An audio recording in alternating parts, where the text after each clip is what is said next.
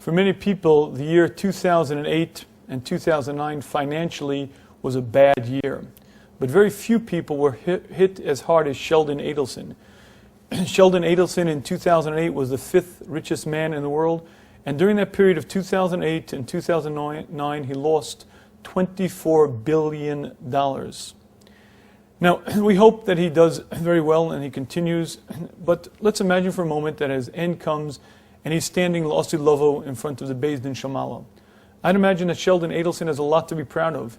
He single-handedly created and funded Birthright, which is a program that brings many, many non-Frum Jews to Israel and changes many of their lives. I personally know of young men who are in yeshiva now because of that program. And I'd imagine for eternity he'll be ever grateful for the fact that he made a $25 million contribution to fund that program. However, here's a very shocking reality. Let's say that $24 billion, instead of going down the tubes, he had used to fund Torah institutions. If you'd like a perception of what he could have accomplished, just imagine for a minute the following. Think of every single yeshiva you've ever heard of, every institution, every day school, every kiruv organization, every tzedakah fund, every hospital, every orphanage, and imagine giving a $10 million contribution to each and every one of them.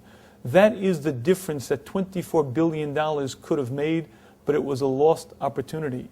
And I have to imagine that for eternity, this is something that he'll regret dramatically beyond description. And I think that's a tremendous lesson to all of us, because while none of us have that kind of wealth in dollars, we all have that kind of wealth in resources. HaKadosh Baruch Hu gave us time, the ability to change ourselves, change other people. That's a value that's so beyond description that it's hard to imagine. And the saddest, most difficult moment in a person's creation is when we leave this life and then we recognize the awesome value of every single moment. We recognize that we could have accomplished far more than $24 billion worth of things in the world, and we didn't do it. Yom Kippur should be a day where a Jew comes back to his originality, comes back to his sense of being, comes back to his sense of what am I on the planet for? What's my purpose in existence?